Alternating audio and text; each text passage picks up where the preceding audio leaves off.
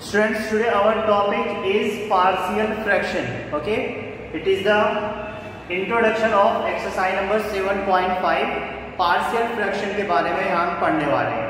Okay, तो there are 4 forms of partial fraction जो मैंने यहाँ पे पहले से लिखी हुई है. First form is px plus q upon x minus a x minus b. Okay, इसका मीन्स ये हुआ कि ऐसे फ्रैक्शन नंबर जहां पे ऊपर तो एक लीनियर इक्वेशन हो, न्यूमरेटर ज्यादातर आप नहीं देखोगे, आप फोकस रखोगे अपना डेनोमिनेटर पे. डेनोमिनेटर में सेम थिंग होनी चाहिए. डेनोमिनेटर में क्या है, फर्स्ट फॉर्म में 2 फैक्टर्स हैं, देयर आर 2 फैक्टर्स, और ऊपर क्या है, एक लीनियर इक्वेशन. तो ऊपर कांस्टेंट टर्म भी चलेगा, नो प्रॉब्लम. ठीक है, तो आपको ज्यादातर फोकस रखना है आपका डेनोमिनेटर पे. ठीक है, डेनोमिनेटर से आपको देखना है कंपेयर करके कि कौन सी फॉर्म है. ओके, आइडेंटिफिकेशन करना है. सपोज दैट मैं यहाँ पे लिख रहा हूँ 3x plus 5 upon x plus 2 और x प्लस 3. तो ये कौन सी फॉर्म है? This is the first form of partial fraction. Okay, ये फर्स्ट फॉर्म है. आपको देखो ऊपर लीनियर इक्वेशन है और नीचे आपके 2 फैक्टर हैं.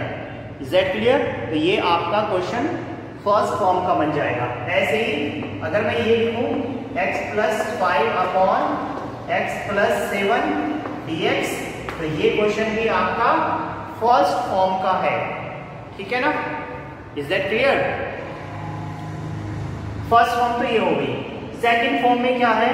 सेकंड फॉर्म में है px plus q upon x minus a का होल स्क्वायर. मतलब जहां पे जैसे ये 1 अपॉन x प्लस 2 का होल स्क्वायर है यहाँ पे. तो ये जो फॉर्म है जिसमें होल स्क्वायर होगा, एक फैक्टर का होल स्क्वायर, एक नंबर का होल स्क्वायर होगा, सेम फैक्टर आएंगे, तो आप क्या करेंगे, वो होगी आपकी सेकंड फॉर्म. और उस सेकंड फॉर्म को हम किस तरह लिखेंगे? We will write a upon, क्योंकि यहाँ पे भी तो एक क्वाड्रेटिक इक्वेशन ही बनेगी बेटा, तो उसको लिखेंगे कैसे? a upon x minus a plus b upon x minus a का होल स्क्वायर.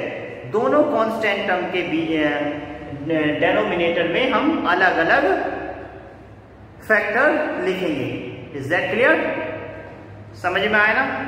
सो इस तरह की फॉर्म जैसे 5x plus 3 upon x plus 7 का whole square is also second form. ठीक है, और इसको लिखेंगे कैसे? a upon x minus a plus b upon x minus a का होल स्क्वायर. ये होता तो इसको कैसे लिखते? 5x plus 3 upon 7x. इसको लिखने का तरीका मैं बता देता हूँ. 5x plus 3 upon x plus 7 whole square को लिखते हम a upon x plus 7 plus b upon x plus 7 का होल स्क्वायर. तो इस तरह हम सेकंड फॉर्म को लिख सकते हैं. I think this is not, there is no problem. Third form,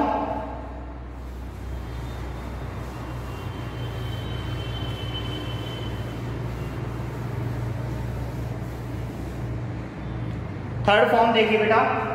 third form is px square plus qx plus r upon x minus a x minus b x minus c. ठीक है ना? Third form के according क्या है, numerator में आपका एक quadratic equation होगी, न्यूमरेटर में एक क्वाड्रेटिक इक्वेशन हो सकती है, और डेनोमिनेटर में 3 फैक्टर्स. ओके, अब फिर से मैं वही बात बोलूंगा, न्यूमरेटर पे ज्यादा फोकस नहीं रखना है. न्यूमरेटर पे आपको यहाँ पे क्वाड्रेटिक की जगह मतलब मैक्सिमम क्वाड्रेटिक इक्वेशन ही आ सकती है. मिनिमम आपकी लीनियर इक्वेशन भी हो सकती है यहाँ पे, राइट है ना? लीनियर इक्वेशन भी हो सकती है, कोई कांस्टेंट टर्म भी हो सकता है यहाँ पे. ठीक है, लेकिन डेनोमिनेटर में आपके 3 फैक्टर्स होने जरूरी है, 3 different factors. Is that clear? तो यहाँ पे इसकी फॉर्म सपोज दैट यही हो सकती है आपका 3x plus 5 upon x plus 2 x plus 3 और x माइनस 4. ये हो सकती है. ठीक है ना? और इसे लिखेंगे कैसे? लिखने का तरीका देखो, इसी को लिखेंगे a अपॉन x प्लस 2 क्योंकि नीचे आपका डिनोमिनेटर में क्या बनेगी, क्यूबिक इक्वेशन। तो 3 फैक्टर्स हम इसमें लेंगे, a/x+2, b/x+3 एंड c/x-4। ठीक है, इस तरह हम इसको लिखेंगे। तो आइडेंटिफिकेशन इन क्वेश्चन में एक्सरसाइज नंबर 7.5 में पार्शियल फ्रैक्शन के क्वेश्चन में आपको आइडेंटिफाई करना है कि ये इंटीग्रेशन की कौन सी, पार्शियल फ्रैक्शन की कौन सी फॉर्म हो सकती है। उसी के हम अकॉर्डिंग हम क्वेश्चन को अटेम्प्ट करेंगे। Is that clear? Now fourth and last form is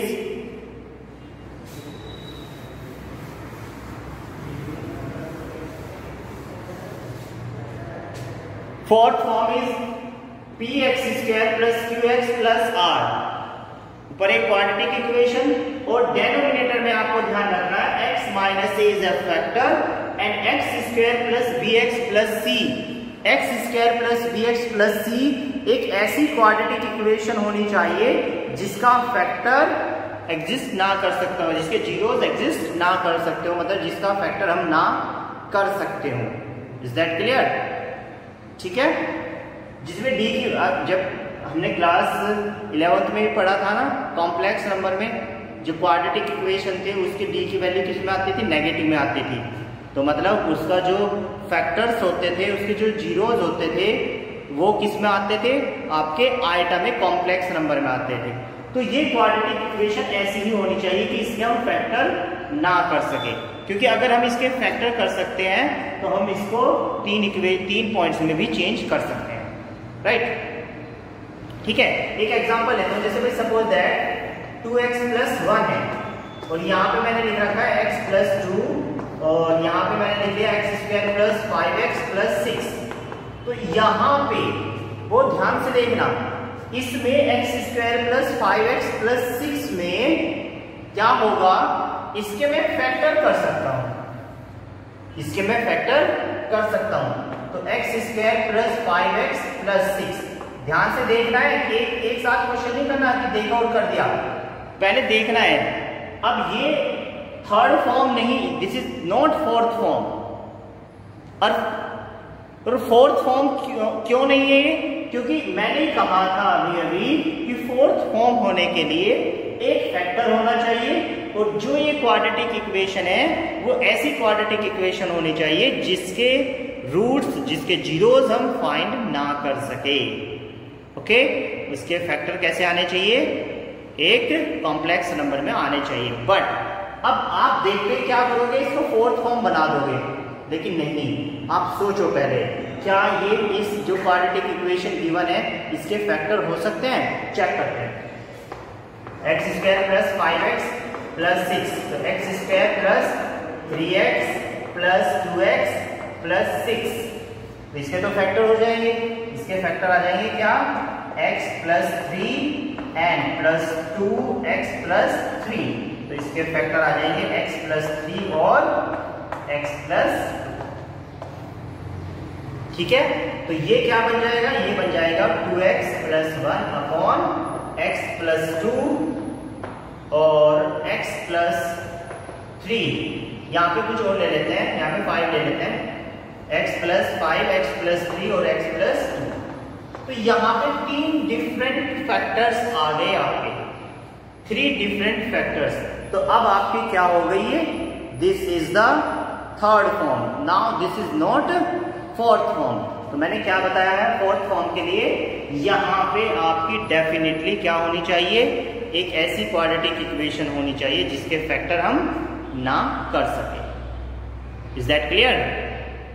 समझ में आई ना ये बात? तो इस तरह हम पार्शियल फ्रैक्शंस का आइडेंटिफिकेशन करेंगे और उसके बाद हम उन क्वेश्चंस को अटेम्प्ट करेंगे, राइट? Thank you.